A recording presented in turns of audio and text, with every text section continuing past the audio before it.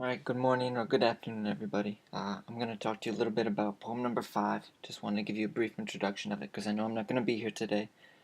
So I hope you're watching this and paying attention. I'm going to keep try and keep it a little bit exciting so that we can keep going with it. So poem number 5, really great poem. Probably my favorite to write so far. It's a pretty basic topic. Who are we?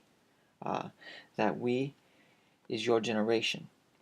I'm trying to write about my generation that grew up when I was your age. 9/11 happened, so I'm writing a poem about that. But you're going to write about your generation, trying to think about the positive and the negative forces affecting yours. Mine's pretty dark, but yours doesn't have to be. You're going to have to use anaphora, which we've covered, which is that repetition of a phrase, and enjambment, which is leaving a line broken at the end of it. It's running over from the next side. So you'll see all of these we's, they get left at the end of lines, and they come over into the following line. It's sort of breaking a line into two, or breaking a phrase into two, and you're trying to pay attention or emphasize one of the certain words, which in our case is we. You know what line breaks are. You know generation. You know self-determination, the idea that your generation will make its own choice. I'm talking about mine. Hopefully by now the sub has given you this warm-up activity where you're going to spend 5 minutes covering the basics of your generation, things that you do that your parents don't, your hopes and fears, stereotypes and myths about your generation. I think a lot about cell phone use and about being real superficial. So I'm going to look at that. First one I want to look at is mine. So I'm going to call it We Scared by Tim Stoffer. Here we go.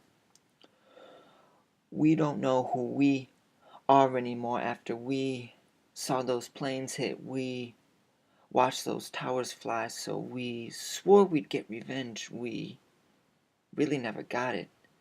We started 2 wars and sent our children and saw our friends, and we still don't know why we even went. We can't really blame our leaders for the corruption because we don't even trust our neighbors because we too worried about income and losing our mortgage. We lost sight of our teenagers, so we diagnosed them with ADHD, and then we gave them drugs to pay attention to the reality we thought better looked better on TV. We now have opioid epidemics on our hands. We got debts, distracted kids, 2 wars and recessions, and we don't know who we live next to, and we eat in our cars and pray to our phones, and we send our kids to play with kids just like them, but we loved our black president. We knew he wasn't a Muslim, right? Life's a mess, but we prayed for Obama to fix it, and when we blamed him, and when he didn't fix it, so we came this far, 35 and unsatisfied, so we passed the legalized weed so we can stop feeling so uneasy. We can't decide for ourselves, so we went and elected Trump. We scared. I know I messed up right there in this stanza, but I'm really trying to play with the word we and talk about my generation, not yours, mine. Talking about the wars in Iraq and Afghanistan, the Great Recession, and how all of a sudden we just eat this fast food and we are obsessed with our phones and we put all of our kids on ADHD, and now we got opioid crises.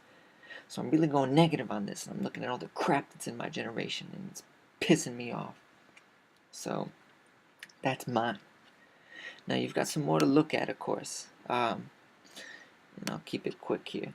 You've got the famous one, We Real Cool by Gwendolyn Brooks. I won't read these, but then you've got the next one, We Real by Kevin Koval. We've read a poem by his before. And then going old school with you guys, We Don't Care by Kanye West. I hope you know who Kanye West is. You know this, and you know the repetition of we. Here, they're using the enjambment on these two poems. Here is the repetition and the anaphora. You know this. I'm going to ask you guys to read these poems over carefully.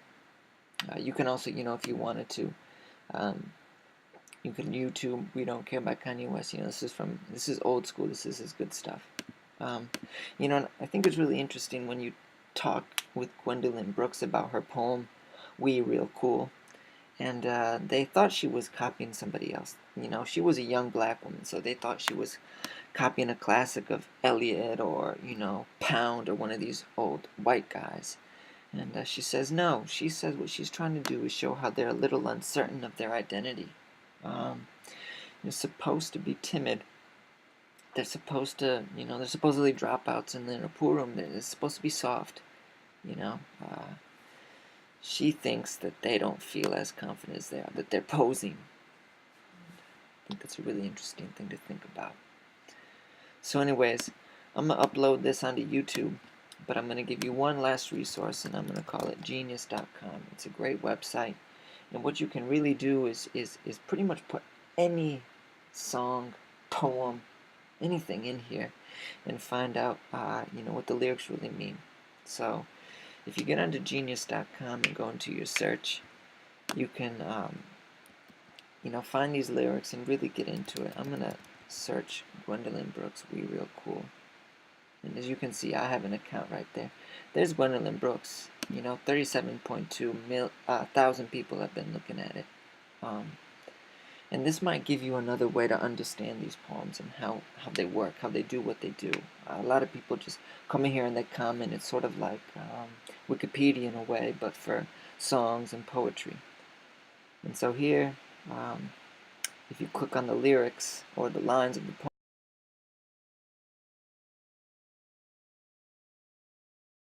that she was the first African American to win the Pulitzer Prize for Poetry.